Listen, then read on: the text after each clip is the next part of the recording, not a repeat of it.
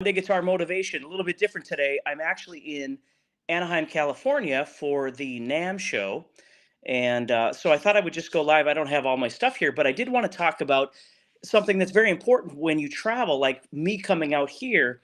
It's about 5 hours of flight to get out here, and usually a layover is involved, something like that. So I thought, hey, let's talk about this a little bit. So it doesn't matter, whether you're in an Uber or taking a train or flying. If you've got some extra time, remember you can always still practice, even though you might not have your guitar and things like that. So I thought I would talk about four things that might be really important for you to think about. So number one is always remember that even though you're not in your usual practice place, you can always visualize. And I know that seems silly, but so much of my practice, so much of my study, and even in my teaching, I tell people about visualization. Learning to visualize, like listening to a song and visualizing the song, or learning to visualize a scale on your fretboard, things like that. And you don't always have to be traveling. You might be at work or at school or something and have some downtime, and you just sit and you visualize ideas. I always tell people, if you can see it in your head, that's the first step of being able to play it. So it's really important to be able to do that. Okay. So that's number one, is always remembering that you could just take some time and really visualize. Maybe you're listening to music and you're visualizing things. Maybe you're not listening to anything and you're just visualizing the fretboard in your mind, or you're visualizing how a song or a pattern would go, 12 bar blues thing, anything. It could be anything. The cage system, for instance, across your fretboard, or a particular scale or mode that you're working on. So that really leads to the second thing, which is having a pencil and a piece of paper. And you're literally just drawing out something on the fretboard that you're thinking about, you're visualizing, but then you're actually able to look at it on the guitar. This is something that I used to do a lot when I was in high school. In my study halls, I would take a piece of paper and I would just draw out my fretboard and then draw out the strings, and it usually looked pretty horrible. And then I would draw out, for instance, a scale in one position, and then I would label all those notes. And then I would move over and I would find where all those notes would be in the second position, right? And again, maybe I already know this from my visualization, but if I don't, this is a great study to be able to figure out where those are in that next position. And then you just look at that piece of paper and you just study it until it becomes a visual thing. So learning how to just sit down and draw things is really important too. And it's really easy. It doesn't have to look good. It's just there to make that connection from what you're thinking about to what you're seeing. And then again, on a deeper level, learning how to visualize that. So that's the second thing that I think is really important.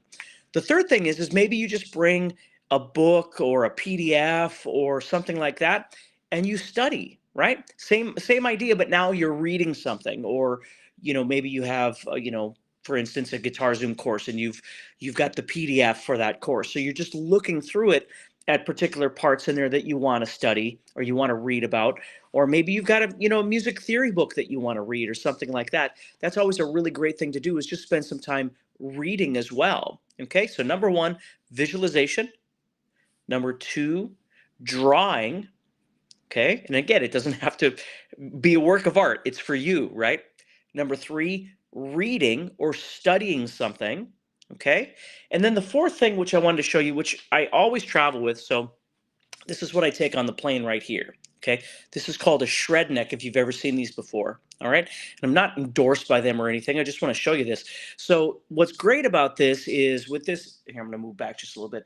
With this thing, what I can do is I can bring it wherever it is I go, whether it's on a plane or whatever it might be. I'll put it in my backpack, and then once they realize that it is not a weapon and I'm allowed on the plane, which most of the time everything is fine, they'll see it through the scanner and it'll be fine. But I'll bring this on the plane, and what you can do with it is, again, I'm holding my phone at the same time here, but basically what you can do is you can practice like legato things, scale stuff, things like that with it. So, and you can practice picking and stuff with it too, although it feels kind of awkward to me to use for picking. So I do a lot of my legato exercises and things like that with these shred necks, and I just bring it along with me everywhere I go. So if I'm on a family vacation, and yes, I am spending time with my family for sure. But let's say we're sitting at the pool and people are swimming or whatever might be going on. I might just bring it down there and just practice on that. just something very easy. Or when I wake up in the morning, I'm an early riser and other people in the family are sleeping, I might just practice on that. And certainly on the airplane and things like that, that's exactly what I do. So it's called a shred neck, and they make a bunch of different kinds, but it's just a really great way of keeping up on practice when you can't have a guitar available. Okay. And I'm sure there's a million other things out there like that too, but I just find that that thing works really great. So basically, what I do is on the bottom here, you just kind of hold that part, and then you just practice your usual stuff like you always do. And so that's a great way of keeping up on my chops if I want to. And of course, I can use all four of those ideas at any time when I have this time available. So I just want to remind you that it's very important to think about that. Just because you're traveling doesn't mean it may be non-conventional, right? Or unconventional, that's perfectly fine. But at least you've got ways that you can approach this so you can stay up on your practice, you can stay motivated, and maybe it will even help you in different ways because you're out of your comfort zone, and so you have a chance to work on something a little bit different. All right.